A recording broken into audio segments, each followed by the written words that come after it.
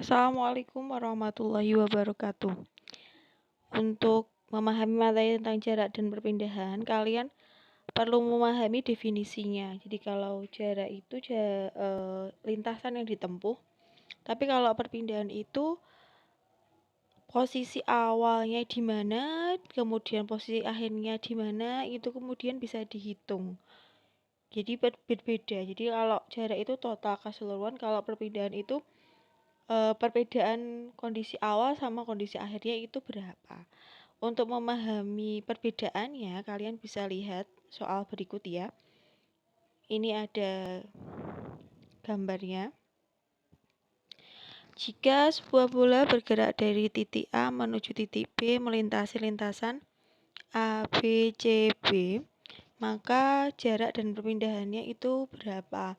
Ini untuk menghitungnya itu berbeda. Jadi kalau misalnya untuk mencari jarak, caranya bagaimana? Nah ini. Jadi kalau mau nyari jaraknya berarti ya dari A ke B itu 6. Kemudian B ke C itu 8. Balik lagi dari C ke B itu 8. Berarti totalnya berapa? 22. Satuannya jangan lupa. Satuannya meter. Itu kalau jarak. Tapi kalau yang ditanya perpindahan, itu berbeda lagi. Karena kalau perpindahan itu termasuk besarannya masuknya ke besaran vektor. Jadi nanti dipengaruhi oleh arahnya juga.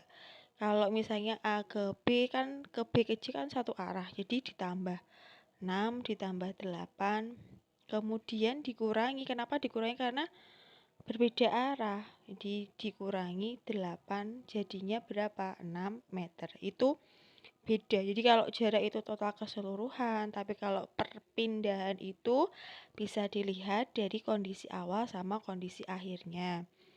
Soal selanjutnya misalnya ini. Ini ada soal tentang seekor semut yang bergerak ke barat sejauh 8 meter.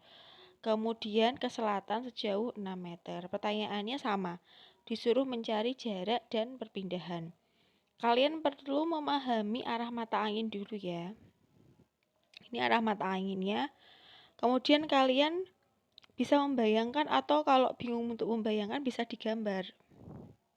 Nah gini, jadi ke barat itu arahnya kemana, kemudian ke selatan, kalau ke baratnya itu 8, kemudian ke selatannya 6, maka untuk mencari perpindahannya itu, kita bisa menarik garis yang paling dekat.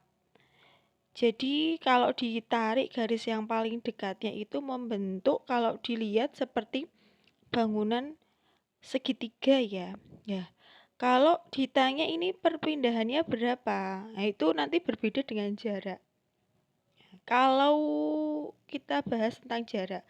Kalau jarak kan total keseluruhan. Jadi misalnya jaraknya ya 8 ditambah 6. Berarti 14 meter. Tapi kalau perpindahannya, cara mencarinya kita bisa menggunakan rumus Pythagoras. Jadi misalnya kalau di segitiga itu kan kalau rumus Pythagoras, misal AB kuadrat ditambah BC kuadrat sama dengan AC kuadrat gitu ya.